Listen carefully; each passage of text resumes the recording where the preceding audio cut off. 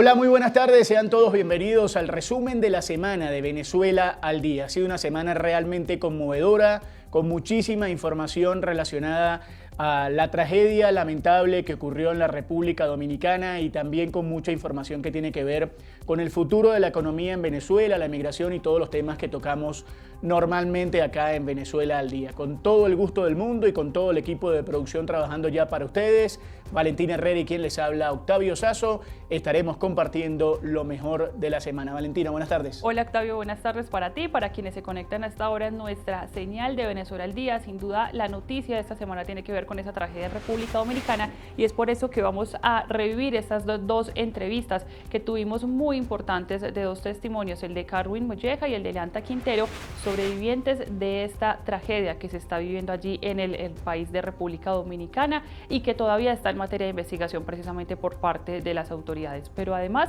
de esas dos importantes entrevistas vamos a hablar del tema económico, no solamente por los aranceles que sigue imponiendo Estados Unidos, las modificaciones que está haciendo, sino también por la declaratoria de emergencia que se hizo por parte y se anunció por parte de Nicolás Maduro y lo que implica para el país y también nuevamente los cambios que se están teniendo en el tema de la migración. Lo hemos contado de quienes siguen todavía con la intención de salir del país, lo están haciendo de condiciones o de maneras diferentes y por supuesto lo vamos a estar hablando acá en Venezuela al día. Estamos listos entonces, bienvenidos a lo mejor de la semana. Elianta, bienvenida, buenas tardes y qué gusto saber que estás bien. ¿Cómo estás? Muy buenas tardes, Octavio, Valentino, viva. Y yo creo que ya eso es mucho decir. Viva, completa, con muchas contusiones, pero afortunadamente nada que pueda comprometer mi futuro. Quiero agradecerles infinitamente, aprovechar esta pantalla, este espacio para agradecer todas las llamadas, todos los mensajes, todas las demostraciones de solidaridad. República Dominicana en este momento está sumergida en un luto, y no solamente RD, sino la región completa tras este incidente que no lo vimos venir. Yo quiero decirles que dentro de mis decisiones no conversar, pero creo, tras varios mensajes que yo entiendo que Dios me hizo llegar, decir que mi testimonio del milagro de Dios, yo soy un de Dios en medio de esta tragedia, y esto es un testimonio de que Dios existe, de que Dios nos lleva de la mano, de que Dios al final nos invita a mantenernos en fe, porque fue la fe la que logró mantenerme a mí viva debajo de los escombros. Elianta, sé que es un momento muy difícil para ti. Lamentablemente te tocó ser parte de esta historia, pero por suerte y como bien explicas, estás viva, que es lo más importante. Luego todo lo demás seguramente se irá solucionando. Pero Elianta, quiero saber, porque además, digamos, tú tienes la capacidad de escribir, porque trabajas de esto, porque has vivido de esto durante muchísimo tiempo, porque eres una imagen y una referencia para el periodismo venezolano fuera y dentro del territorio. Quiero que me describas qué fue lo que pasó, qué fue lo que sucedió para ti, o al menos qué es lo que recuerdas y cómo fue ese momento, por más doloroso que sea, para entender la situación en la que te encontrabas. Estaba en una mesa al lado de la tarima, a mano izquierda, pero en un lateral. Yo no estaba en el centro de la discoteca. Estábamos disfrutando, además, muy bien, porque Rubia acababa de hacer un homenaje hermosísimo a Venezuela y a mi ciudad natal, a Maracaibo, cantando gaitas. Y habían transcurrido, de verdad que no puedo precisar el tiempo. Estaba un poco adelantado el primer de Ruby cuando sentí un año hacia la pista, ¿no? Vi como la gente estaba como caminando y de repente sentí un ruido, como un estruendo, como si algo se fuera a caer. Se describieron como si fue como una explosión, no lo tengo claro. El instinto fue salir corriendo, pero es que no dio chance. Cuando escuchamos el ruido, y cuando nos vimos fue todo sepultado bajo los escombros. Fue un momento complejo, tomando en cuenta que yo soy una mujer claustrofóbica además, y que los encierros o tenía fobia hasta ese momento donde entendí que cuando tú vas de la mano de Dios todo puede pasar. En ese momento yo lo que hice fue encomendarme a Dios y decirle, tú manténme en calma. Yo identificar el poco aire que hay aquí, esto va a durar mucho tiempo, así que calma. Escuchaban los gritos de todas las personas que estaban ahí. Afortunadamente, la mesa donde yo estaba quedaba cerca de una barra y esa barra tenía una salida de emergencia. De eso me doy cuenta, por supuesto, después que a mí me sacan. Yo, estando en los escombros, escuchaba a gente hablar, la gente gritando, a pasarnos personas por encima. Sentíamos la presión de pasando por encima de los escombros. Me imagino que intentando salir. Y después escuchamos que gente estaba entrando. Ahí yo entendí que teníamos gente que nos podía auxiliar. En todo momento busqué ponerme muy en calma. El habernos pisado en ese momento, hubo fallas de aire porque obviamente me tocó cambiar de respiración nasal a respiración por la boca. Habrán pasado, yo estimo, no lo tengo claro, no lo tengo claro, 40 minutos cuando el primer escombro se abrió hacia arriba y logré ver hacia afuera.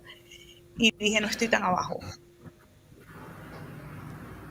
Elianto, un poco para entender, tú quedas tal cual debajo de los escombros, o sea, tú no veías Totalmente. nada, tú estuviste No, allí 40 totalmente. minutos, ¿y quién quita ese escombro para tú ver algo de luz? ¿Cómo logras salir y salir, pues quitarte los escombros de encima? ¿Quién te ayuda? Sí, entró. Mira, cuando yo logré mirar hacia afuera, habían civiles y habían policías en ese momento. Fueron las primeras personas que yo reconocí. Ingresaron unos policías, ingresaron civiles y ellos empezaron a quitar los escombros. Fue cuando logré ver la cara de las personas que me estaban acompañando. O sea, estaba mi primo, yo fui al Jet Set, mi primo que estaba de visita en los Estados Unidos, y le pregunté y le dije, ¿cómo estás? Y él me dijo, calmado. Había una amiga que estaba a mi lado, muy fuera de sí. Estábamos casi todos, menos una de mis amigas que se nos perdió en ese momento, y la llamábamos y no reaccionaba. 4 horas después supimos que la sacaron y afortunadamente está ilesa. Todo el grupo conmigo salió herido, pero estamos vivos. Y las heridas no son de consideración. Nos vamos a mejorar, poder retomar nuestra. Lamentando profundamente que no es la historia de muchos que no lograron contarlo. Quiero decir que viví 2 papeles. A mí me tocó ser el papel de víctima. Cuando me montaban en la ambulancia, yo nada más pensaba en la gente que estaba dejando bajo los escombros y me bajé de la ambulancia en contra de todos los paramédicos y me quedé esperando a mi familia. Salió mi primo primero, media después, y 4 horas después rescataron a mi amiga, a la que no sabíamos dónde estaba. Milagrosamente solamente tiene pequeñas heridas en el rostro. Sí. Elianta, ¿cómo fueron precisamente esos segundos después de que tú dices que en contra de lo que decían los paramédicos te bajas porque necesitabas más que todo saber de tu familia? ¿Qué más decían las otras personas? ¿Cómo era, digamos, ese momento? Porque sabemos que había muchísimas personas en ese lugar, que incluso había algunas denuncias de sobreocupación. Pero ¿qué pasa en esos momentos? Digamos, ¿las autoridades sí lograron llegar a tiempo a rescatar a las personas que estaban lesionadas o fue más como ayuda entre los mismos asistentes a la discoteca? Yo cuando salí, cuando a mí me sacaron, ya habían ambulancias afuera. Yo logré contar como 3 o 4 ambulancias. De hecho, a mí inmediatamente me ingresan a una de las ambulancias. En el momento adentro, yo me volví, tengo que decirles, yo me desesperé, entendiendo que mi primo no es de aquí. Tenía mucha desesperación porque no sabía nada de mi amiga. Fueron momentos de mucha angustia. Miren, fue terrible el momento atrapado, pero la angustia de los familiares, porque también la viví, porque pasé de ser sobreviviente a ser de no saber dónde estaba mi amiga, es una angustia a nadie. En momentos de mucha conmoción yo vi llegar a las autoridades de rescate, las conozco porque soy periodista, y yo les dije, por favor, saquen a mi familia de allá abajo. Reconocí a algunos bomberos, ellos fueron los que me ayudaron cuando salió mi amiga, le dijeron dónde yo estaba para ubicarnos. Es un momento que yo no te puedo describir más allá de mucha angustia. Y sí me repetían todos los paramédicos, me decían, tranquila que estás viva. Tú estás viva y nos vamos a encargar de los que todavía están allá adentro. Había mucha angustia, mucha desesperación. Yo vi inmediatamente llegar a los cuerpos de seguridad, o sea, había militares, había muchos bomberos. Yo lo que cuando por otra puerta rompieron algo y salieron debajo de una estructura ilesos como 6, 7 personas. Y nos sacaban debajo de los escombros por la puerta donde me sacaron, iban sacando a los heridos. Pero yo fui de las primeras que rescataron por esto, porque quedé como que en la primera línea de la puerta que salía hacia la emergencia. Elianta, digamos, más allá de lo que nos estás contando, esta es una situación además atípica, porque nadie está preparado para esto, porque evidentemente tú estabas en medio de un clímax totalmente diferente, disfrutando de algo que te gusta mucho, en medio de una música, de un concierto, con familia, con gente, y uno no se espera eso. Y cambia radicalmente la situación de un segundo para el otro literalmente. ¿En qué momento, Elianta, tomaste conciencia y caíste en cuenta de que estaba pasando una tragedia? Porque supongo que con la adrenalina, con todo el movimiento, sabiendo que estás viva y demás, buscando a tus familiares, pero ¿en qué momento caíste en cuenta de lo que estaba pasando ahí? Era realmente una cosa escandalosa. No, del mismo momento que yo caí en los escombros, sabía que algo grande había pasado. El ruido, el grito de las personas que estaban de los escombros, la desesperación de quienes salieron y pasaron por encima de nosotros, la angustia de las caras de las personas. Yo no sabía que había sido el techo completo. Yo estaba fija en mis amigos. Yo nunca llegué a mirar hacia arriba y ver que no había nada del techo. Yo pensé que había colapsado una parte del techo. Pero sí sabía sí entendía que la magnitud no era pequeña desde el mismo momento del colapso. Es decir, eran muchas personas gritando, eran muchas personas pidiendo auxilio, había muchísima gente quejándose. A mí me tocó concentrarme, porque donde yo estaba, yo sentía que yo quedé muy aprisionada y sentía que no había mucho espacio por donde pudiera entrar aire, que quedamos totalmente. Entonces, concentré, de hecho a mí me llamaban las personas que quedó más arriba de donde yo estaba y me llamaban y yo no respondía porque yo decía, si yo malgasto el poquito de aire que tengo hablando, yo me voy a quedar sin aire. Entonces yo nunca respondí cuando a mí me llamaban, pero también entiendo que a lo mejor no quedé tan abajo porque levantaron por unos minutos, pero al final, bueno, me consiguieron a mi primo y a una de las amigas que estaban allí, que la tenía a mi mano derecha. Elianta, hemos escuchado varios testimonios, ayer entrevistábamos también a un venezolano que estaba al otro lado de donde estabas tú, al lado derecho de la tarima, que también pues salió prácticamente ileso, y él contaba que unos segundos antes o un minuto antes hubo una especie de personas que se abrieron en la pista de baile, que vieron como que era algo del techo, la gente pensó que era una pelea, la gente no entendió mucho. ¿Tú llegaste a ver eso? ¿Tú entendiste que algo estaba pasando o no? Sí, o sea, yo vi un movimiento extraño. O sea, yo estaba muy concentrada, porque además yo quería conocer a Ruby. Yo estaba muy concentrada y yo escuchaba que algo pasaba y de repente volteé y vi como que una gente venía caminando en filita como saliendo y hay un video de eso. Y me voy a voltear para preguntar qué es lo que está pasando, y en el momento que me voy a voltear, en ese momento ocurrió el ruido y pasó todo lo que pasó. Es decir, había como un movimiento extraño, como para el centro de la pista. Tú habías estado allí antes en esa discoteca, la conocías perfectamente, Claro. estaba muy llena de personas, la viste extremadamente, o sea, alguna vez había pasado algo similar, las veces que habías estado allí, pues no había sucedido nada, nunca. todavía transcurrió. Sí, el Jet Set es la discoteca por excelencia Dominicana, inclusive a nivel turismo, porque se conoce, es famosa porque todos los lunes llevan a un gran artista, un gran merenguero, un gran bachatero. Es ícono del país, un lugar donde he ido muchísimas veces y conocí a grandes merengueros que como buena venezolana amamos, respetamos. Y yo siempre he dicho que Dios me dio la fortuna de estar en la tierra del merengue, que es tan nuevo bien, ¿no?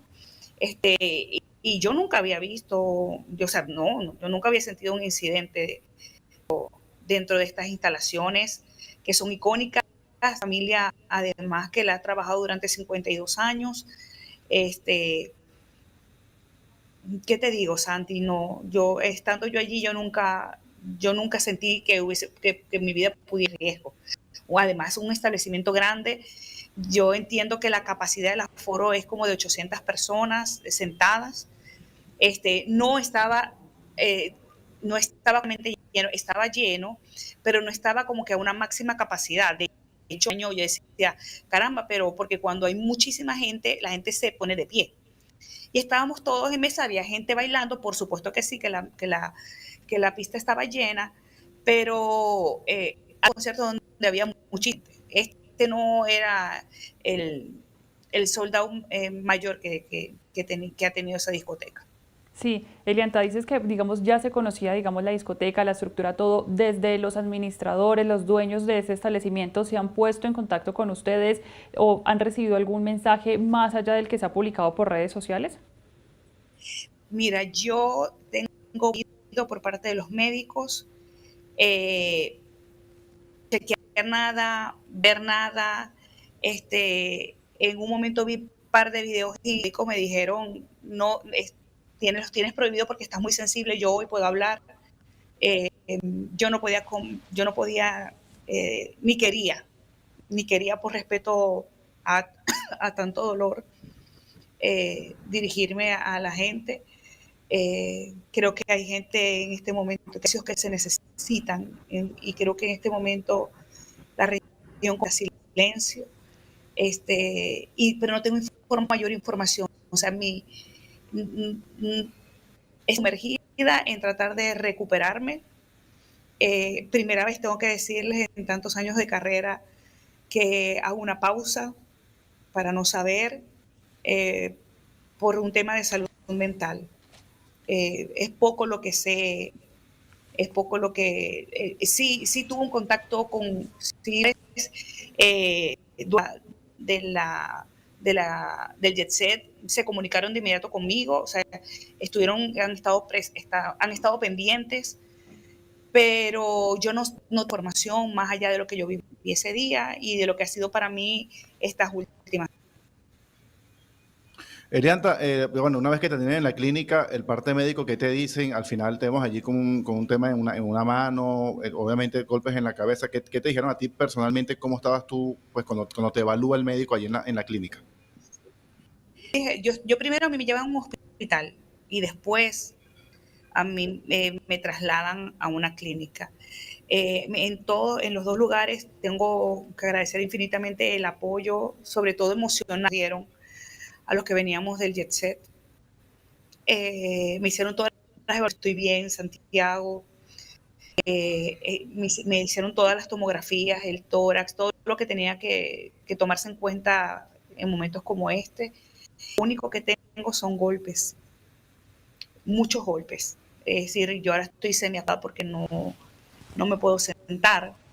Que algo de lo que me cayó, la parte de los glúteos hizo contención y estoy totalmente morada. Tengo huecos en las piernas, pero eso no se compara. Yo estoy bien, estoy viva. Hoy tengo la oportunidad de poderme dirigir a ustedes y ser ese niño de milagro de Dios, de que Dios existe. Yo estoy aquí por Él. Yo lo sentí. Yo sabía que Él me estaba acompañando en ese momento debajo de los escombros. Y dio la paz que yo estaba necesitando. Y creo que el mensaje está claro. Yo más nunca volveré a ser la de antes. Pero estoy segura que todo lo vivido va a servir de testimonio, de fe, lamentando enormemente la pérdida. Aunque en mi grupo todos sobrevivimos, hubo gente querida que partió. Esto es una isla muy pequeña y al final nos conocemos y pertenecemos a grupos, muchos de los que se fueron. Y yo simplemente quiero dejar testimonio de que la fe es la mejor arma. Muchas personas me dicen, Dios te dio una segunda oportunidad para que sigas viviendo y tienes que buscar de Dios. Y yo les digo, yo no tengo que buscar a Dios porque ya Dios está conmigo y Él fue el que me rescató. Él está en mí. Y hoy mi testimonio yo quiero que se centre en que es esa certeza de que Él estaba allí conmigo, de que Él me estaba cuidando, de que Él iba a obrar, porque yo se lo dije, obra según tu voluntad, lo que tú entiendas. Pero mi corazón decía que yo de ahí iba a salir. Elianta, sé que nos acabas de contar que no quieres saber mucho, que además estás, digamos, tratando de concentrarte en este momento en tu recuperación, pero acabas de contarnos también bueno, la República Dominicana es una isla pequeña, tú tienes muchos años ahí, conoces a la gente, conoces a la comunidad venezolana, ¿has podido saber algo de ellos, de los venezolanos que estaban ahí?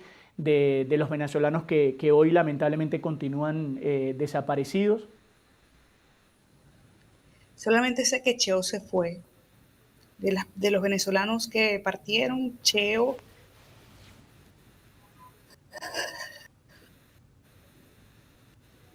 es esposo de una gran amiga, Vida. Vida no estaba allí. Me enteré porque me llamó una amiga venezolana, también periodista, y me comentó que Cheo se había ido. Sé que creo que hay más de 12 venezolanos, 16 que estaban en el lugar, pero personalmente del grupo creo nada más conocer a Cheo. Se fue otra gente querida que no eran venezolanos, pero sé que Vida en este momento está pasando por un momento al perder a su esposa. Elianta, de verdad te queremos dar las gracias por esta entrevista, por este testimonio. Lo hablamos ayer, sé lo difícil que es para ti hablar en este momento, lo complicado que era seguir en pantalla, lo conversamos y de verdad te lo queremos agradecer. Y yo personalmente, cuando te vea, un abrazo gigante porque estás viva, te lo dije ayer y te queremos muchísimo y de verdad gracias por la entrevista y gracias a Dios que estás viva y te recuperarás y volverás a tu trabajo y a las pantallas y bueno, a ser la excelente periodista que eres. De verdad, un abrazo gigante y un beso gigante para ti. Gracias. Un abrazo gigante, gracias por estar pendiente, gracias por estar allí. Eso ayuda a vivir. Vivan cada instante, vivan cada minuto que no sabemos en qué momento nos va a tocar irnos. Elianta, muchas gracias y esperamos que pronto vuelvas a tus actividades. Vas a seguir siendo para nosotros una referencia como siempre y nada, estaremos recordando siempre los momentos compartidos en Venevisión y en otros lugares de Venezuela y como decía Santi, digamos, nos contenta muchísimo saber que estás bien y que bueno, hoy eres parte de la gente que tiene este testimonio. Así que de verdad te lo agradecemos mucho porque sabemos que es muy complicado hablar en este momento, pero también sabemos que como sangre de periodista que eres, entiendes nuestra posición. Lamentamos ponerte en este contexto, pero nada, te agradecemos muchísimo, por supuesto, y que todo siga bien. Gracias. Un abrazo gigante y gracias por sus palabras y por su apoyo. Es realmente un gusto poder conversar con él, sobreviviente de esta tragedia en la República Dominicana y al que invitamos el día de hoy al programa. Carwin, bienvenido, ¿cómo estás? Gracias, hermano. ¿Qué te digo? Un poco consternado y mentalmente no estoy bien, pero gracias a Dios tengo vida y gracias a Dios mi mamá también tiene vida y salí sano y salvo de ahí. Carwin, sé que no es una situación fácil, no es un momento agradable para dar entrevistas. De todas maneras, te agradecemos muchísimo que que hayas tenido la posibilidad de conversar con nosotros en medio de esta situación. Lo primero quiero que le cuentes a la gente qué hacías en la discoteca, quiénes estaban contigo y cómo fue ese momento en el que todo se hizo oscuro y terminó cayendo el techo de la discoteca sobre ustedes. Bueno, mi mamá es fanática del maestro Rubí Pérez, en paz descanse. Y mi mamá llegó hace unas semanas acá a la isla. Y como soy músico percusionista, estoy en el medio y pude conseguir una entrada para mi mamá de parte del maestro Rubí Pérez. Y la llevaba para que disfrutara del gran espectáculo que hacía él y su orquesta. Todo era feliz, o sea, el reencuentro con mi mamá después de 3 años tenerla en Venezuela. Y de la nada se convierte en la trágica tragedia. De verdad que fue algo horrible. O sea, todo estaba tan bien y de repente se desploma todo el techo. No sabía qué era lo que estaba sucediendo. Y cuando caigo en sí, pude abrazar a mi mamá y ahí me caen ciertos concretos en la espalda, en la cabeza y bueno, pude salir por una puerta que estaba a mano izquierda. Sí, Carmen, allí dentro de la discoteca, ¿qué tan cerca estaban ustedes o lejos de la tarima principal? Hemos visto algunos videos que incluso se alcanza a ver que el techo se empieza a caer, es como por una esquina y luego termina por caer toda la estructura. ¿Qué tan cerca estaban ustedes? Y en ese momento, como todo pasó en cuestión de segundos, ¿o qué fue lo que ustedes empezaron a evidenciar cuando ya la gente veía, por ejemplo, los problemas en el techo? Sí, yo estaba al lado izquierdo. Si nos colocamos desde la tarima hacia el público, yo estaba del lado izquierdo, estaba muy cerca de la tarima. Realmente, cuando mi mamá está grabando al maestro Rubí Pérez, yo me doy cuenta que en la pista de baile se abre y yo pienso que es que había una pelea. Entonces, cuando me doy cuenta que es que está cayendo algo del techo, pero realmente yo no me imagino, o sea, por la distancia no puedo ver la magnitud de lo que estaba cayendo. Yo entendía que era algo que no iba a ser tan grave. O sea, en ningún momento se me pasó por la cabeza de que todo el techo se iba a desplomar. La verdad, todo pasó en cuestiones de segundos y no entendía nada. Me imagino que mucha gente tampoco entendió nada. Personas que estaban cerca de ahí, escuché que sí dijeron, vamos a salir porque se está cayendo, pero de verdad, para mí, yo no pude identificar como tal qué era lo que estaba sucediendo ahí. O sea, la gravedad. Carvin, yo he escuchado, claro, yo he escuchado varios testimonios, Carvin, y coinciden contigo de que estaban cerca de la tarima. ¿Tú crees que estar cerca de la tarima fue una manera de quizás de salir solamente herido? Quizás la tarima, como está más alta, en este caso obviamente la está más alta del resto del público, pudo haber sido una manera de poder salvarse en ese instante y salvar tu vida, pues, y la de tu mamá. No, mi hermano. Si te soy sincero, en la tarima muere el saxofonista alto del maestro Rubí Pérez.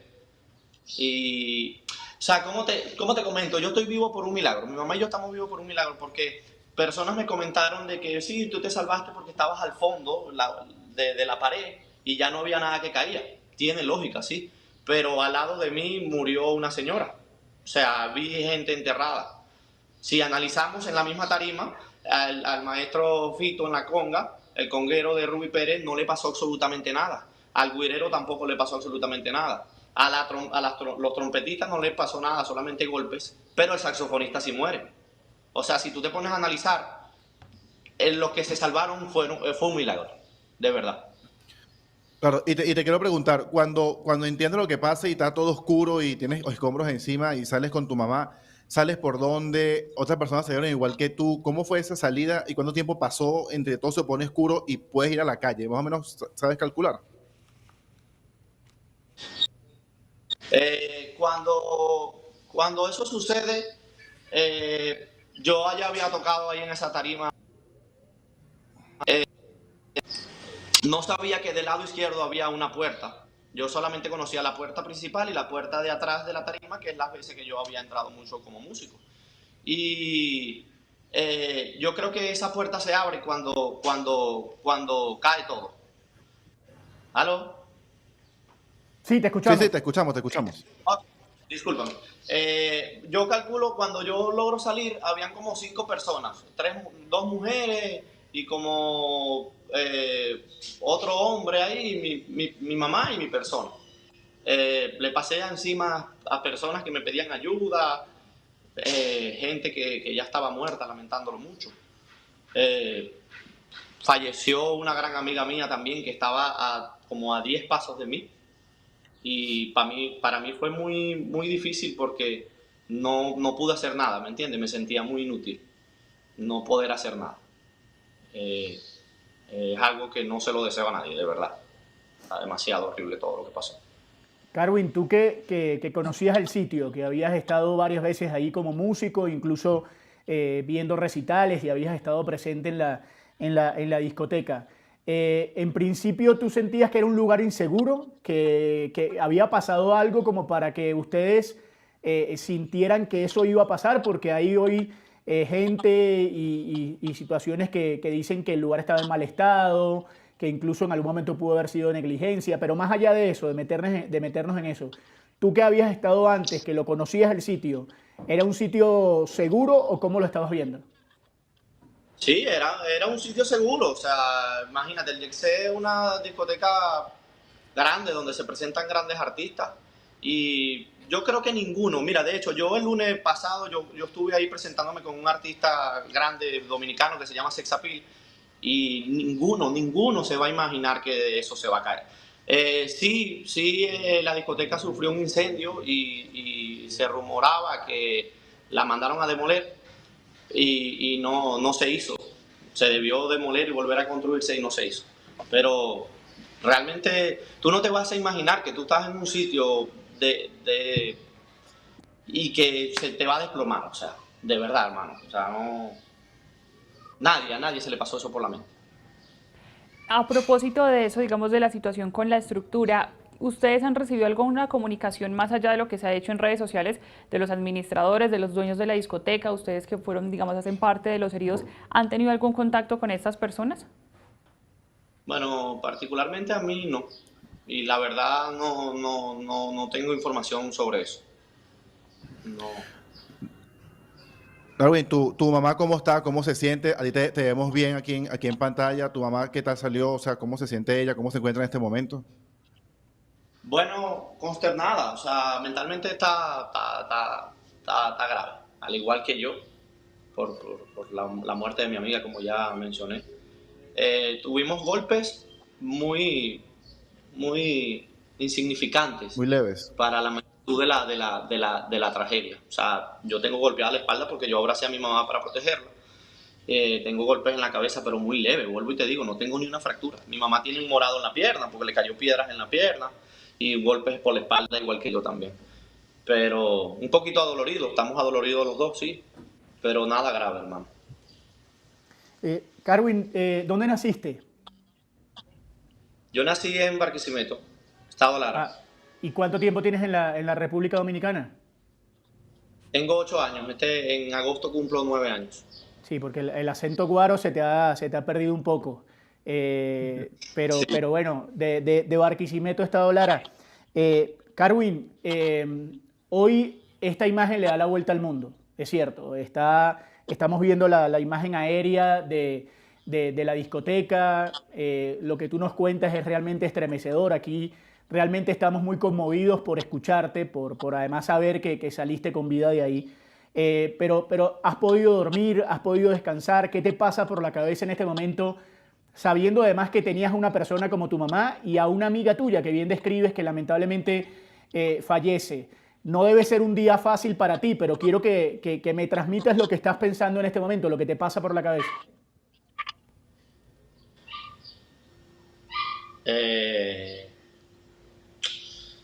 ¿Qué te digo? Bueno, te respondo primero. Sí pude dormir anoche, pero llevaba más de 48 horas que no podía dormir. O sea, entre la situación, todo, cuando salgo de ahí. ¿Y qué me llega a la cabeza? El sonido tan fuerte cuando eso se cae, los gritos de mi mamá. O sea, hermano, saber que estoy vivo y pensar cómo estoy vivo me alegra, le doy gracias a Dios, pero también me perturba un poco. No sé, tuve personas al lado, vuelvo y te digo que no, que murieron. No sé cómo ni una fractura tuve, gracias a Dios. Sí, Carvin, tú cuentas, y lo han contado varios, que hubo una especie como que la gente pensó que era una pelea que había en la pista de baile y era que estaba como cayéndose ya parte del techo. Entre esa especie de pelea que hay allí o que se abre y cuando ocurre todo, ¿qué pasa? ¿30 segundos, un minuto, menos? Sí, realmente el que piensa que era una pelea soy yo. Yo le digo a mi mamá, obviamente el video que está corriendo por las redes, por el mundo, está cortado, porque el video dura como 2 minutos, mi mamá estaba grabando a Robbie Pérez. Y yo le digo, mamá, ¿será que están peleando? Porque yo veo que la gente se abre. Y veo que un muchacho empieza a grabar al techo y ahí es donde yo me doy cuenta que está pasando eso. Y le digo yo a mi mamá, eso se va a hacer mañana viral, porque el tipo está grabando de que se está cayendo el techo. De ahí para allá pasan como 20 segundos. 20 segundos. Yo me acuerdo que yo miro el techo y yo digo, el techo está como feo, en verdad. Y cuando vuelvo a mirar a la tarima, todo se viene al suelo. ¿Y qué viste del techo? ¿Qué veías? Cuando dijiste que estaba feo, ¿qué viste? Sí, como la rejilla del aire acondicionado. O sea, estaba mal pintado, Ok. se veía como pelado. Me imagino que fue por lo del incendio. Pero acuérdate que las luces están abajo, todo está oscuro y yo no pude escuchar nada tampoco. Hay personas que en TikTok escribieron, ¿por qué no saliste corriendo? Tú debiste salir corriendo. Yo no escuché nada porque yo estoy demasiado lejos, el sonido era demasiado grande.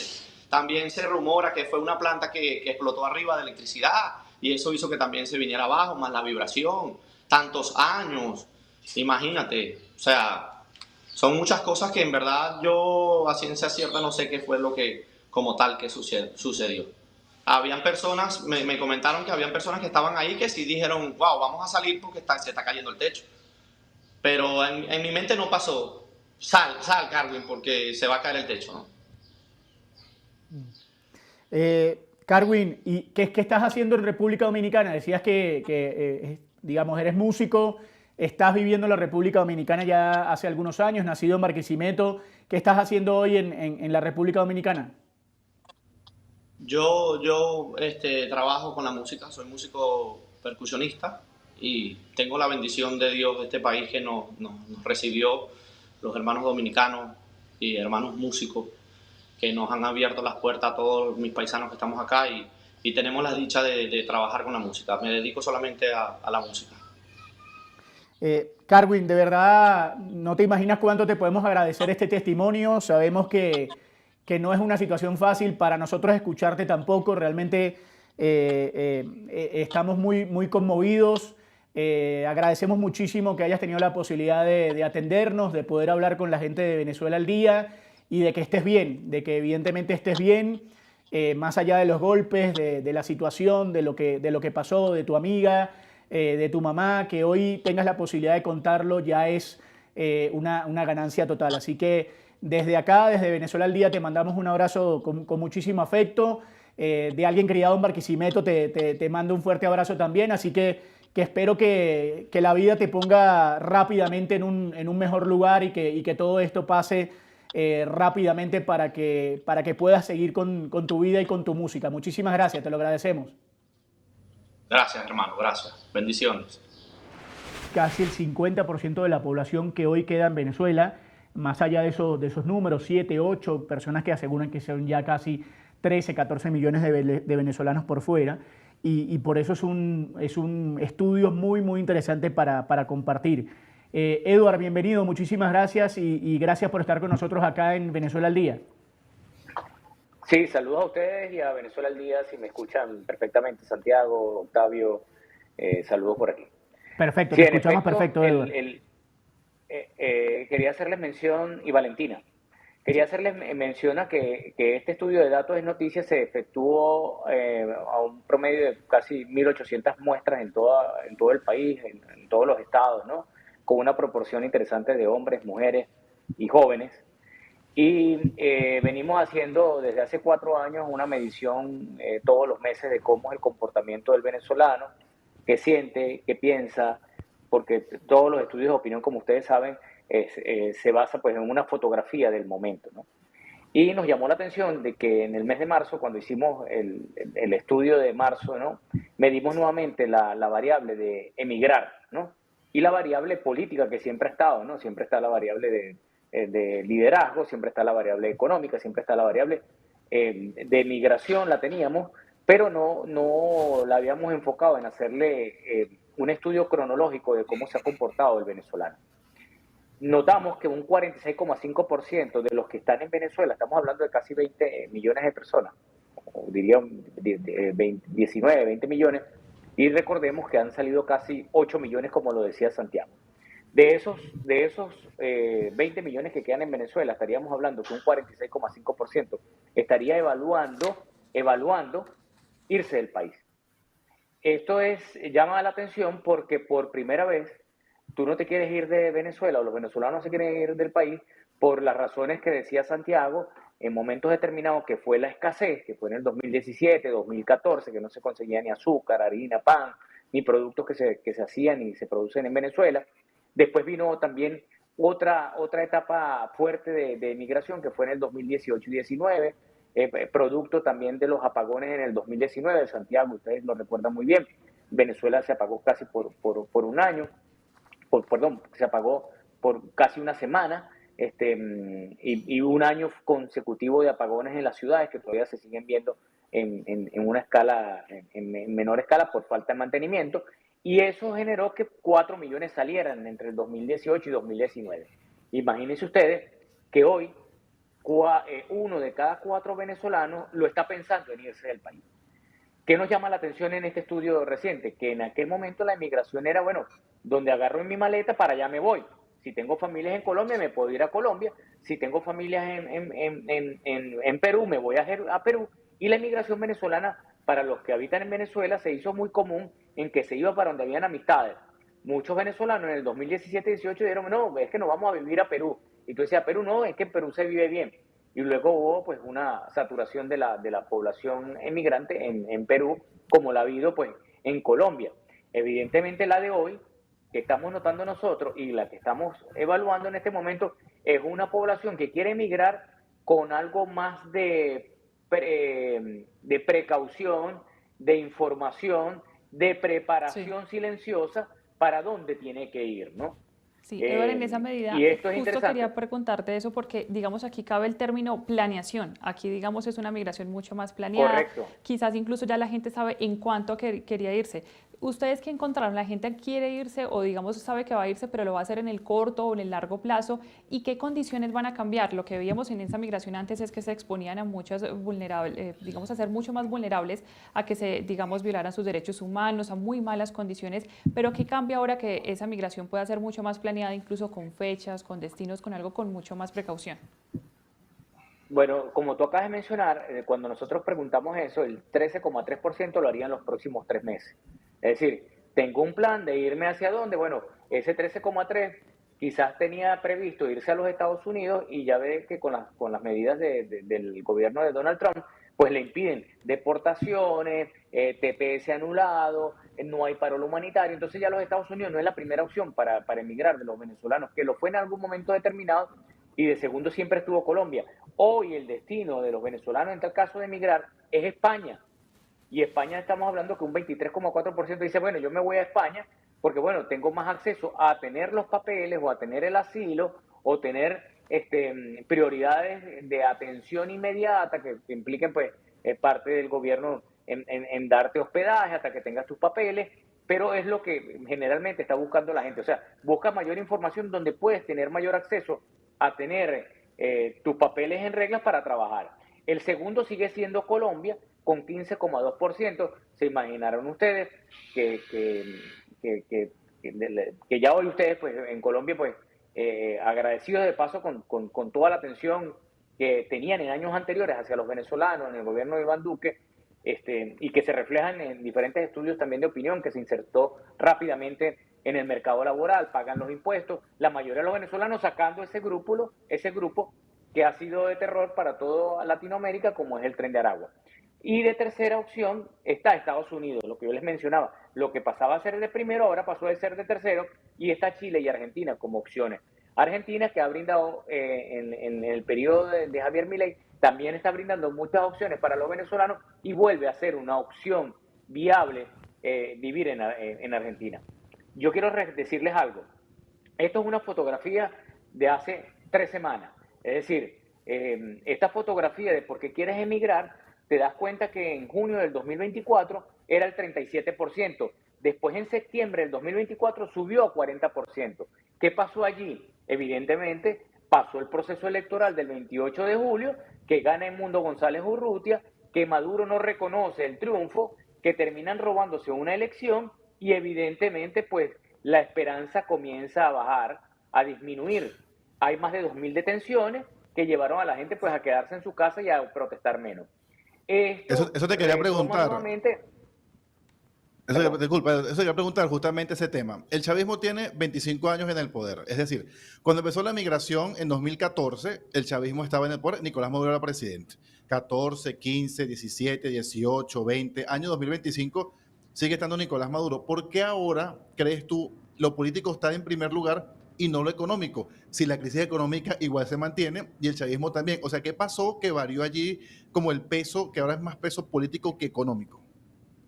bueno, en una palabra clave, Santiago, que se llama esperanza.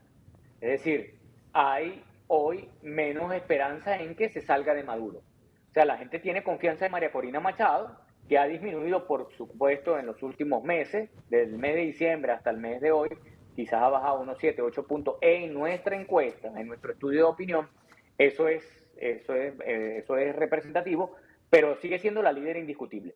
Lo segundo es que después del 11 de enero, cuando vimos a Edmundo González Urrutia, que no regresa a Venezuela, que no regresó a Venezuela, y vimos a Nicolás Maduro juramentarse, que tú quizás lo pudiste haber cubierto, pero desde Miraflores, como hicieron con la prensa internacional, que no tuvieron acceso al hemiciclo donde se hizo la juramentación, al ver a Nicolás Maduro con la banda presidencial, nuevamente ya le genera a la gente decir, bueno, ya hemos tenido 25 años luchando, 25 años donde tenemos la mayoría, 25 años donde demostramos el pasado 28 de julio que se ganó una elección 70-30, es decir, cuando decimos 70-30 es que 7 de cada 10 venezolanos votaron por Edmundo González, 3 votaron por Nicolás Maduro. Si eso ocurre y el mundo, por decirlo así, los países no terminan terminando de apoyar a Gonzalo Urrutia, Maduro no termina aceptando una negociación ni termina aceptando unos resultados,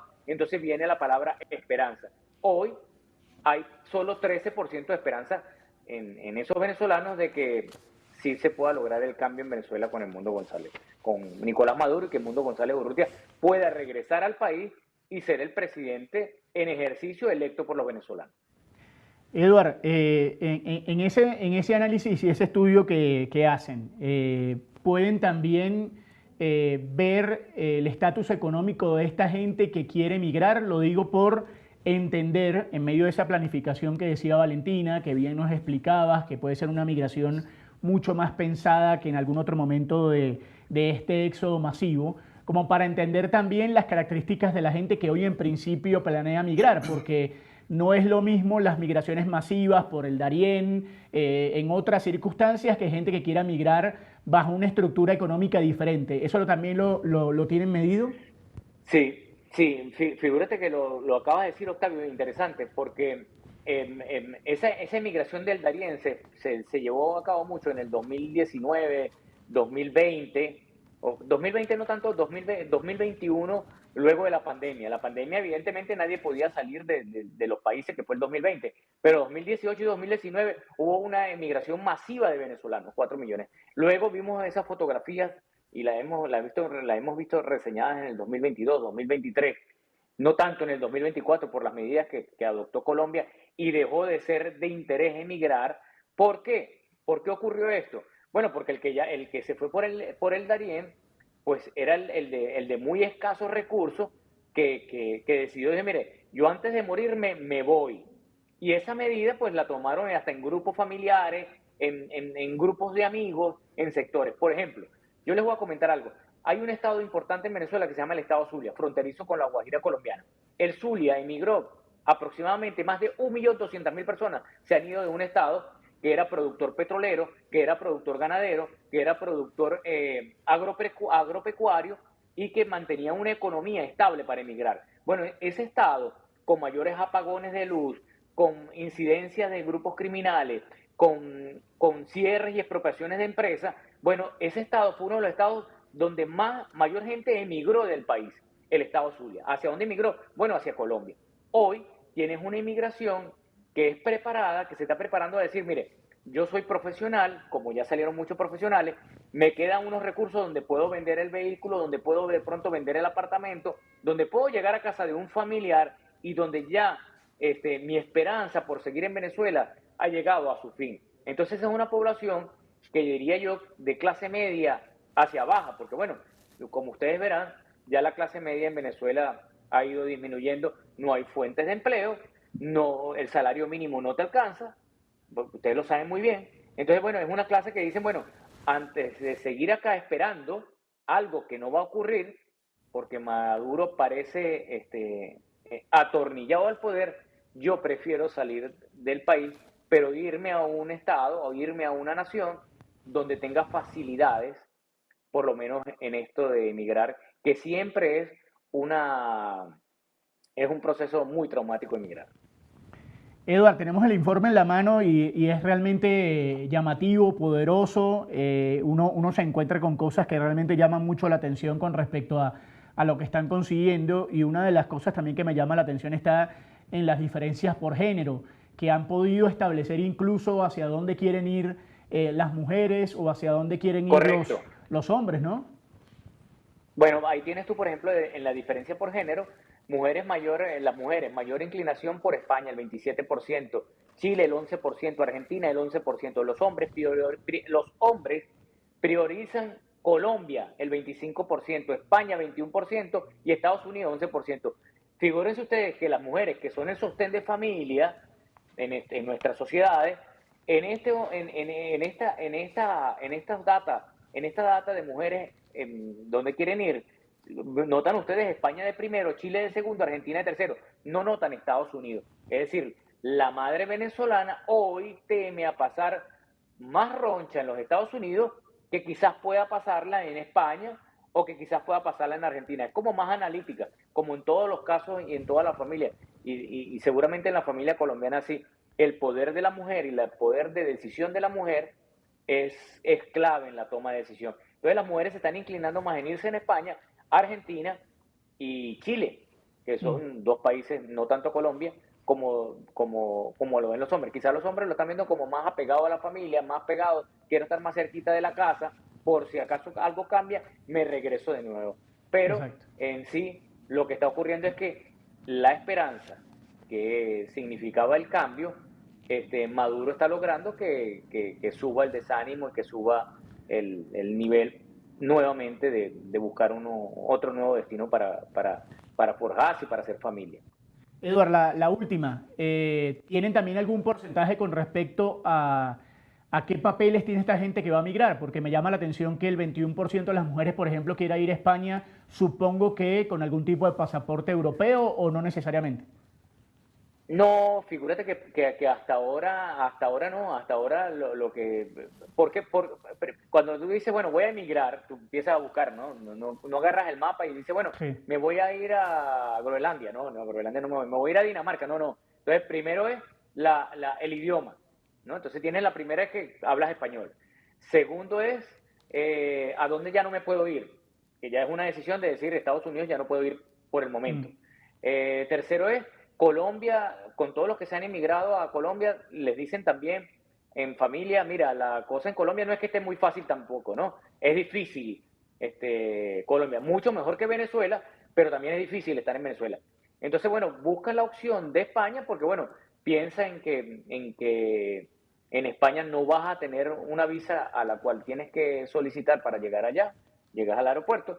Dos, ya debes tener seguramente familiares en España que te han dicho, mira, aquí puedes tener una vida medianamente cómoda, trabajando dos personas, teniendo papeles y teniendo un ingreso de 2.000 euros al mes, pueden vivir una familia de 4 y son bien recibidos, número 3, y son bien recibidos. Entonces, bueno, la opción de España es indudablemente el idioma.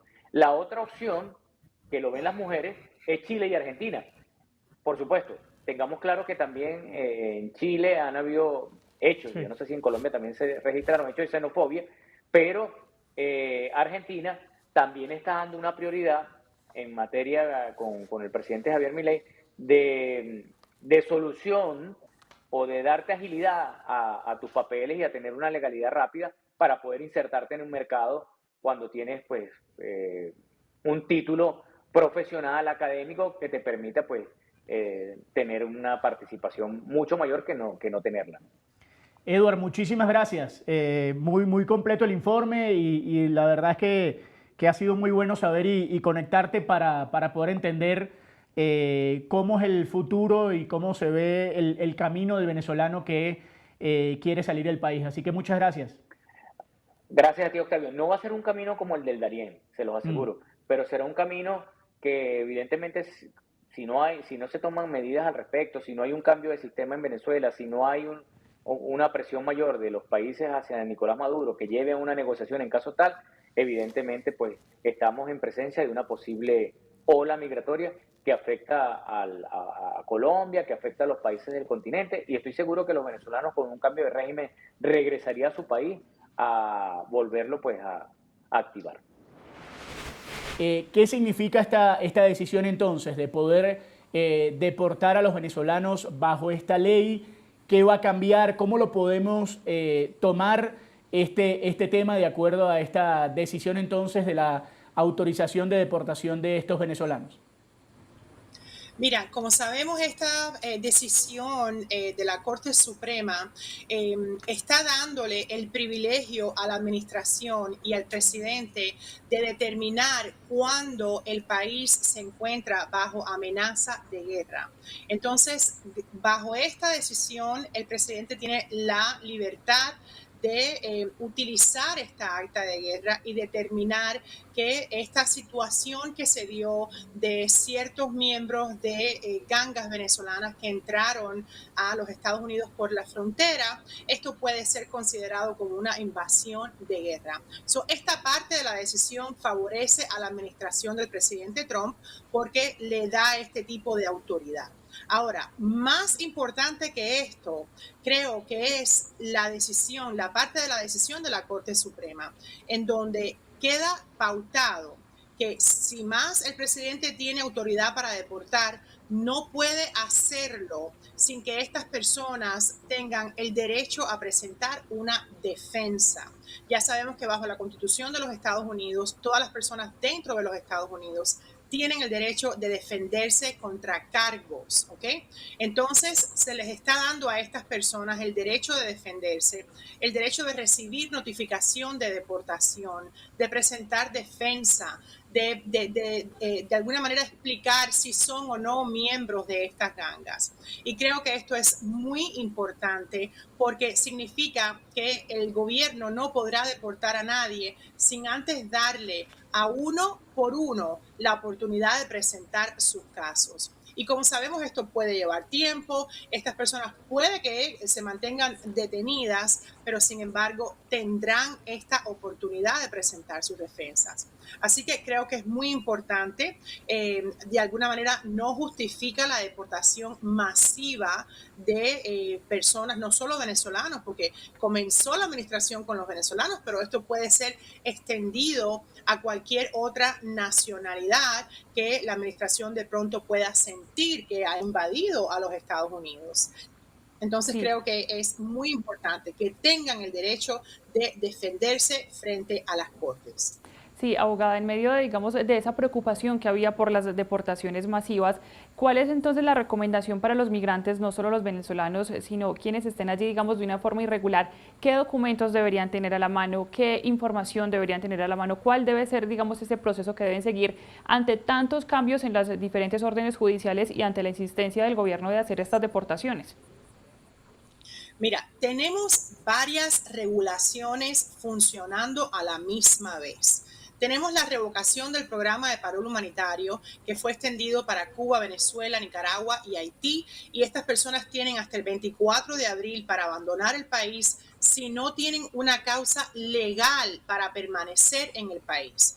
Para estas personas que entraron, por ejemplo, de Venezuela en particular, bajo el programa de parol humanitario, tienen que saltar de estatus, tienen que presentar una aplicación alterna. Puede ser una petición familiar a través de un cónyuge, puede ser una visa especial si han sido víctimas de un crimen y últimamente si tienen temor de regresar a su país de origen, deberán poner una aplicación de asilo.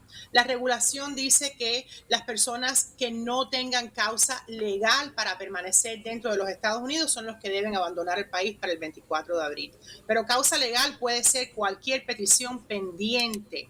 Entonces es importante que salten urgentemente, que busquen otra alternativa, que cambien su estatus para poder presentar este tipo de alivio. Tenemos el día de hoy, acaba de salir esta nueva regulación de la administración para las personas que entraron por el CBP-1. CBP-1 es un programa que se facilitó para todas aquellas personas que intentaron entrar por la frontera, ¿ok? Y que esperaron sus turnos en México y eventualmente se les dio una cita después que se registraron en el CBP-1. Estas personas entraron con un parol a esperar una fecha en corte. El día de hoy, la administración revocó las entradas del CBP-1 y les está dando la orden de salir inmediatamente de los Estados Unidos. Inmediatamente 7 días están anunciando, ¿ok? También dice que estas personas, si tienen razón legal de permanecer en los Estados Unidos, pues tienen el derecho de que una corte escuche sus casos. Si entraron por CBP-1, deben tener alguna aplicación pendiente, ya sea un asilo, un ajuste, una petición familiar, cualquier alivio que les permita permanecer dentro de los Estados Unidos. Lo importante es actuar y no caer fuera de estatus ni pasar estos tiempos límites, porque la administración va a comenzar procesos de deportación expedita para estas personas y pueden verse detenidos indefinidamente, deportados inmediatamente y puede, surgir un sinfín de complicaciones para las personas que entraron bajo estos dos programas. Doctora, quería preguntarle sobre el tema del TPS, que es quizás la mayor cantidad de venezolanos que que entraron en el último año fue gracias al TPS. Usted dice que se vence el 24 de abril.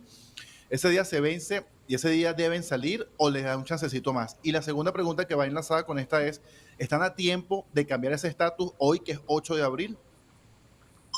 Bueno, no es el TPS lo que se vence el 24 de abril. Son las personas que entraron bajo el programa de parol humanitario. Parol humanitario, disculpe, perdón, parol humanitario, correcto. Estas personas deben tener algo pendiente antes del 24 de abril.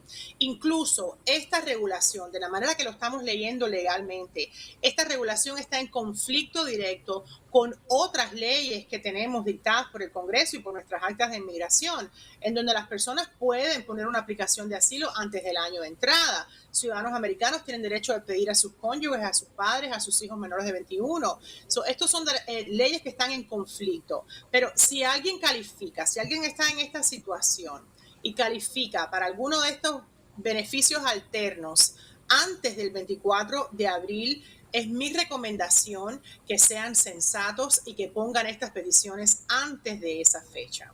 Eso es lo que estamos mirando. No sabemos cómo se va a enforzar después del 24 de abril. Ya tenemos esta decisión de la Corte Suprema donde dice que ninguna persona puede ser deportada sin que se le dé la oportunidad de presentar defensa. Creo que esta decisión es una gran sombrilla que va a cubrir a cualquier otra persona que intente la administración deportar bajo estas otras publicaciones que han hecho. El TPS tuvimos una batalla, si bien temporal, pero tuvimos una victoria grandísima en donde la Corte determinó que la administración no tiene por ahora autoridad para cancelar las extensiones, así que se devuelven estos venezolanos al estatus principal que tenían, en donde los TPS del 2023, ¿ok? Las personas que entraron antes de julio 31 del 23 ahora tendrán hasta el 2 de octubre del 26, ¿ok? Y el periodo de registración cierra 10 de septiembre del 25. Y aquellas personas que tienen algo pendiente que no se les adjudicó a tiempo, pues el Departamento de Migración tiene que dar respuesta, no tienen que volver a registrarse. Así que creo que esto es muy importante para este grupo de venezolanos que quedaron protegidos y tendrán sus TPS hasta el 2 de octubre del 26. Hay que recordar que esto también es una victoria temporal porque la administración no ha sido obligada a extender el TPS más allá de esta fecha. Así que también deben buscar alternativas para permanecer legalmente en los Estados Unidos. Abogada, en principio están saliendo todo este tema de diferentes regulaciones, lo que nos contaba del TPS, del parol, digamos ahora el tema de la deportación. ¿Se prevé, y según su experiencia y el contacto que usted está teniendo normalmente con este tipo de situaciones hoy en día, se prevé que se presente alguna situación más en cuanto al tema migratorio? Es decir, que en las próximas horas, en los próximos meses, haya, digamos, otra situación que pueda comprometer la presencia de venezolanos en los Estados Unidos, que exista otra situación que siga complicando aún más el tema de la migración? Bueno, realmente todos los días nos levantamos con una noticia diferente. La administración anunció desde su primera semana, desde enero 20, firmó órdenes ejecutivas en donde deja claro la intención de revocar todos los programas implementados por Biden. El único programa que no quiero decirlo alto, no vaya a ser que se les haya olvidado y lo recuerden, es el parol para familiares de militares, ¿ok? Es el único programa que no he visto que lo han tocado, pero todos los otros programas de parol han sido eliminados. Estamos hablando incluso el programa de reunificación familiar también. Venezuela no estaba en este programa, pero Colombia sí estaba en el programa de reunificación familiar y también quedó revocado.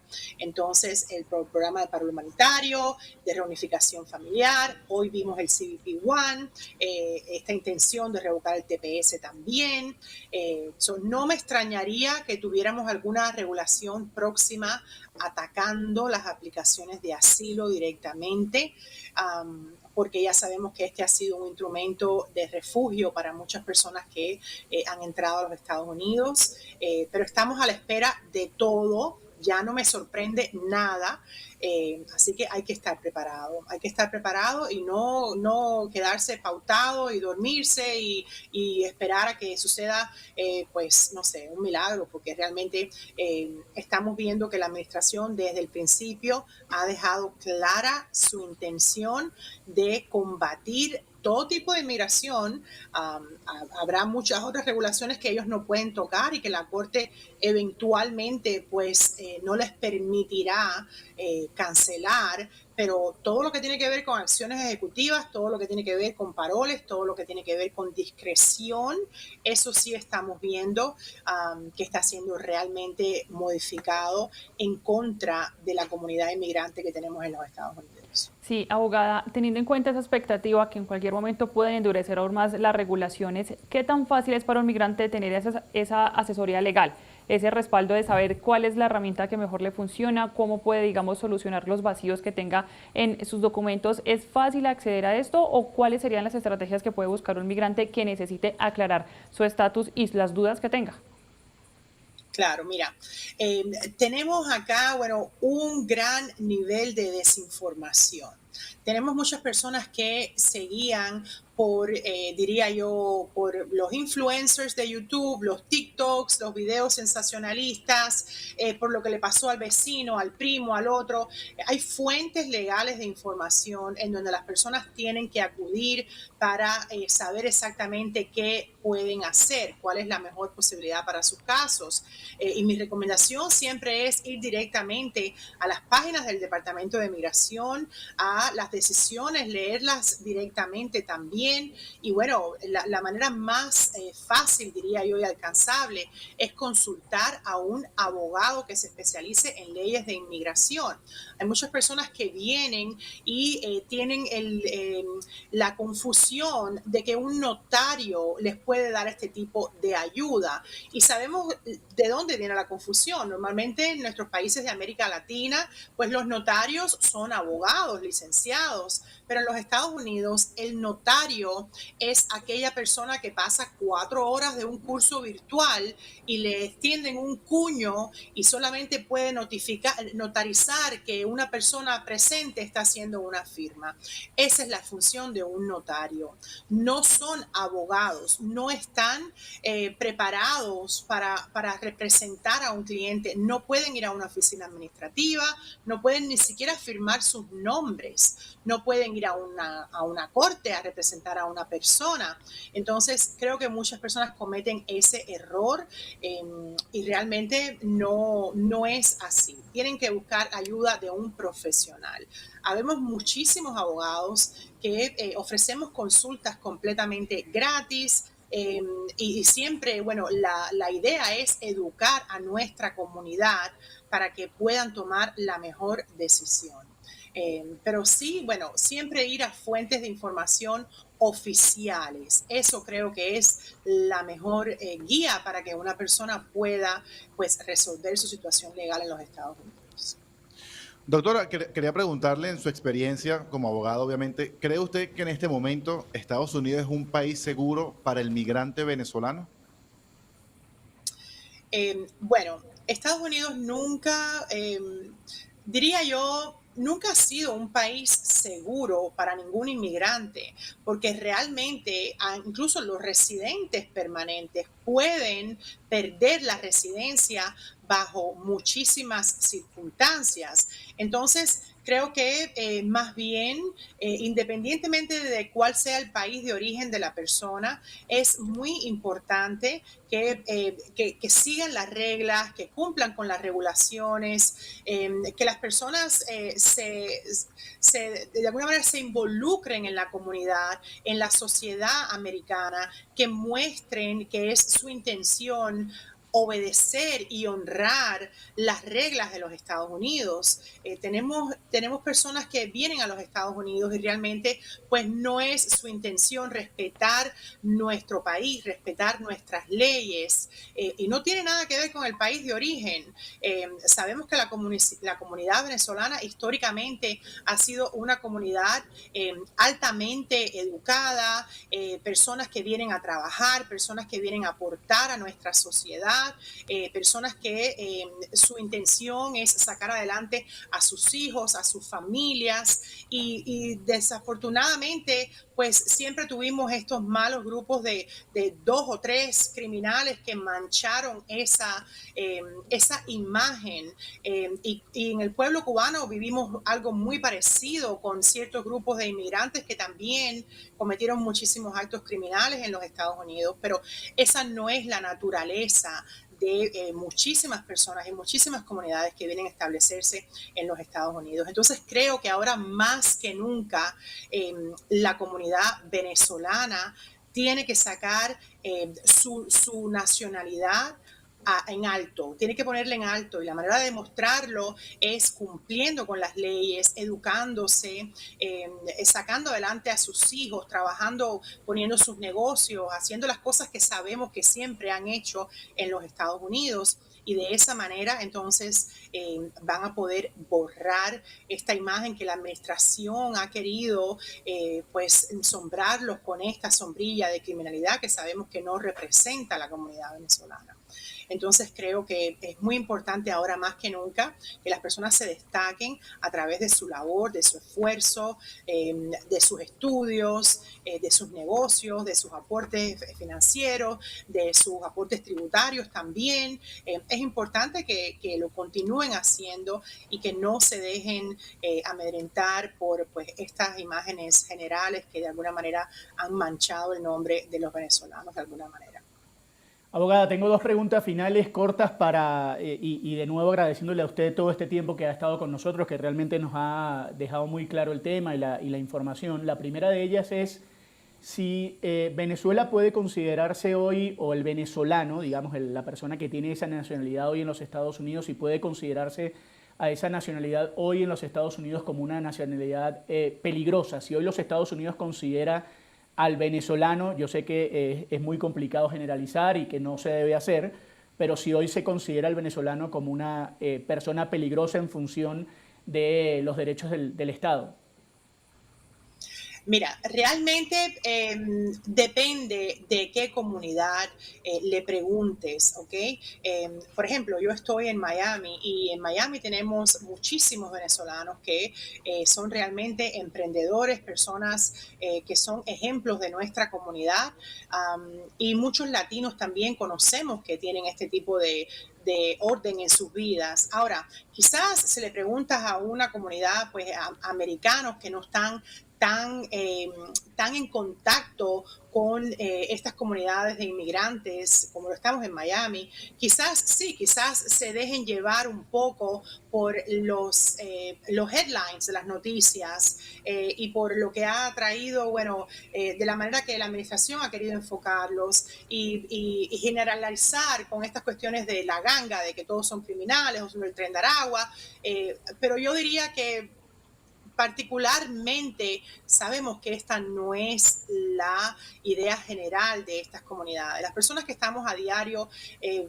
lidiando con gente de todos los países, sabemos que no es así, que no es bueno generalizar y eventualmente pues esperemos que en nuestros medios de comunicación también se enfoquen en ensaltar una imagen positiva de la comunidad venezolana y de las otras comunidades. Porque también hemos visto que se ha repetido mucho por todos lados este concepto y este tema de, bueno, el Tren de Aragua y Venezuela y las gangas y los criminales, pero sabemos que esa no es la mayoría de la comunidad venezolana, sabemos que ni siquiera la mayoría, sabemos que esto es un porcentaje mínimo de personas que invadieron nuestro país y ellos deberán pagar las consecuencias con todo lo que la ley ordene, pero no es bueno generalizar y culpo también a nuestros medios de comunicación por haber creado esta especie de sensacionalismo con estas noticias cuando también debieron haberse enfocado en todo lo positivo que estas comunidades traen a nuestro país. Yo espero que se enfoquen en lo positivo también. Y estas personas criminales pues siempre han existido y de todos los países del mundo, de Europa, de Asia, de América, de todos lados han existido. Pero creo que nuestros medios de comunicación tienen que hacer un mejor trabajo para aclarar esta imagen. Creo que eso es nuestro deber. Abogada, de la última, aprovechando que usted está hablando de desinformación, de aclarar, de poder también calmar a la población y a la gente, hay un temor, sobre todo en los venezolanos que hoy tienen nacionalidad estadounidense, no los que tienen residencia, los que ya tienen el pasaporte estadounidense. Hay todo un temor también con respecto a que ellos deben evitar moverse del país, que incluso podrían tener algún inconveniente porque más allá de tener el pasaporte son nacidos en Venezuela.